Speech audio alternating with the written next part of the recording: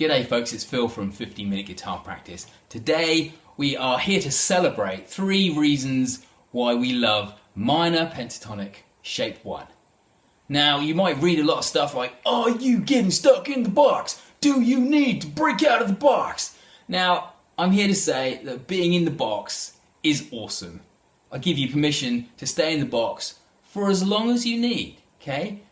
I played in this one minor pentatonic shape for maybe 5 years. I didn't even know there were other shapes, okay? And it got me through just fine.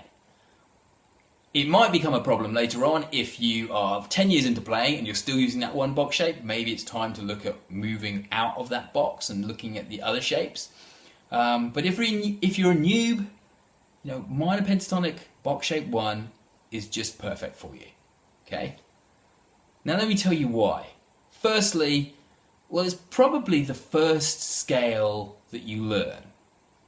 It's definitely the first scale I learned, and it sounds good over lots of stuff. I was into kind of blues and rock, and it works really well for all of that, okay? So when you're learning to improvise and solo and learning what notes sound good and what scales match, the minor pentatonic is a good bet. Not for everything, but if you're starting out, it's a good bet.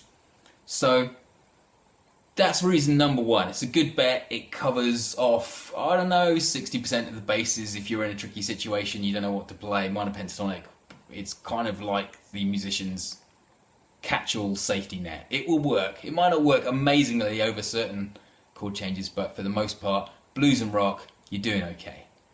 Reason number 2 is it's easy to remember, okay?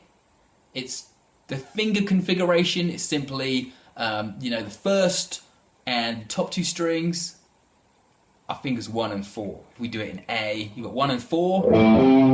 Then for the next 3 strings, you've got fingers 1 and 3. Then for the top 2 strings, you've got fingers 1 and 4 again.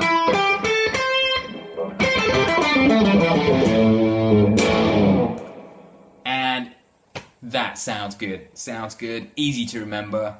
Easy to finger. The configurations of the fingers are just 2 variants there. So that's another reason to celebrate minor pentatonic box shape 1. Now, another reason is it's really easy to correlate what chord you're playing over this scale. So minor pentatonic obviously works best over a minor chord or a minor 7 chord. But you can play it also over power chords and 7th chords. It sounds fine in all of those instances. Where it starts to sound a little bit weird is if you play it over major chords. It doesn't sound too weird, but you can hear that it could sound better.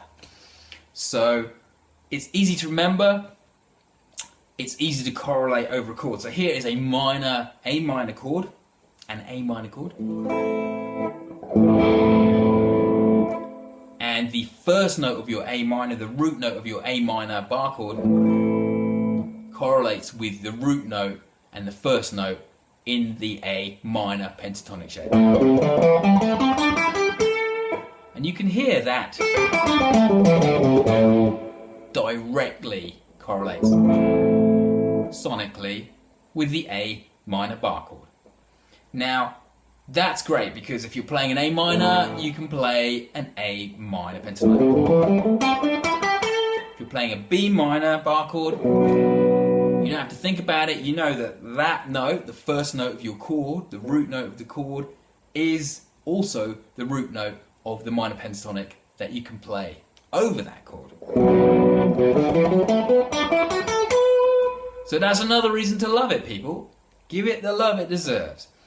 Now, another reason is the great bends that you get out of it. Now, if we just move it back to A minor, minor pentatonic box shape 1 is awesome because for the top 3 strings you get great sounding bends, okay? We've got the left extremity notes and we've got the right extremity notes, which are these dudes and these here, okay? On the right hand side, you can bend the notes on the top 3 strings, and the reason it sounds great is twofold. The first reason is that because this is a right hand extremity note, you can have the other fingers behind this note to help you with bending, strength and accuracy. Okay, so if you try and bend with one finger, it's very difficult. Other fingers behind the note, although they're not actually contributing to the note itself, this is a note, they will help when you bend it. If you bend it up a tone, it sounds great.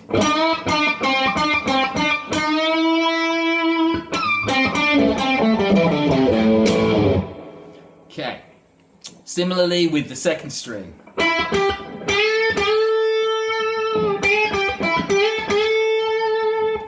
Sounds, again, great, and you've got the finger strength there. Some of you might like to bend it with the third finger. Others, you might like to bend it with the fourth finger. I kind of change depending on the application.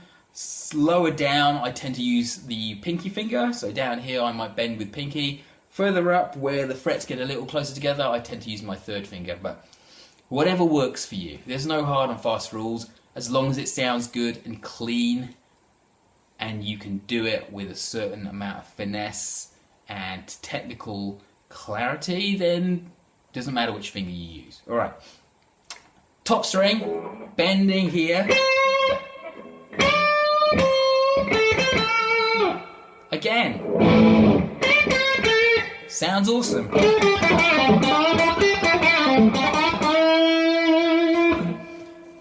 Now, knowing they sound awesome is one thing, but knowing why they sound awesome is something completely different.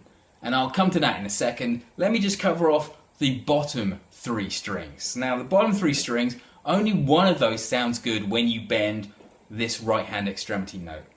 The one on the D string doesn't sound good in the context of that A minor. It kind of sounds okay, but it doesn't sound as good as the others. This one,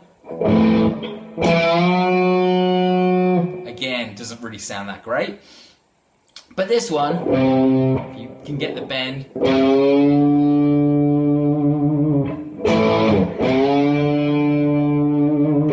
sounds alright. Okay, now why is that? Why does some bends sound better than others? Well, the reason is because the bends on the first string, the second string, the third string, and the sixth string, when you bend them up a tone, they all bend up to another note in the minor pentatonic. So you are continuing to play notes in the A minor pentatonic, so you're within the scale, and so that's why it sounds great. The ones that you're bending here and here that don't sound too good, there are notes outside the minor pentatonic scale, and that's why they don't sound as good. In fact, sometimes against some things they might not sound very good at all. So those are the reasons I think you should celebrate box shape 1, okay? It's easy to remember, it correlates exactly with the minor chord you're playing. You know that root note of the chord is going to be the root note of your scale, if it's a root note chord starting on the 6th string. The bends sound awesome, and usually if you're bending 4 out of the 6 strings, they're bending up to other notes in the minor pentatonic scale. Okay, so go out and celebrate and play your minor pentatonic to your heart's content. I'll see you next time. Bye for now.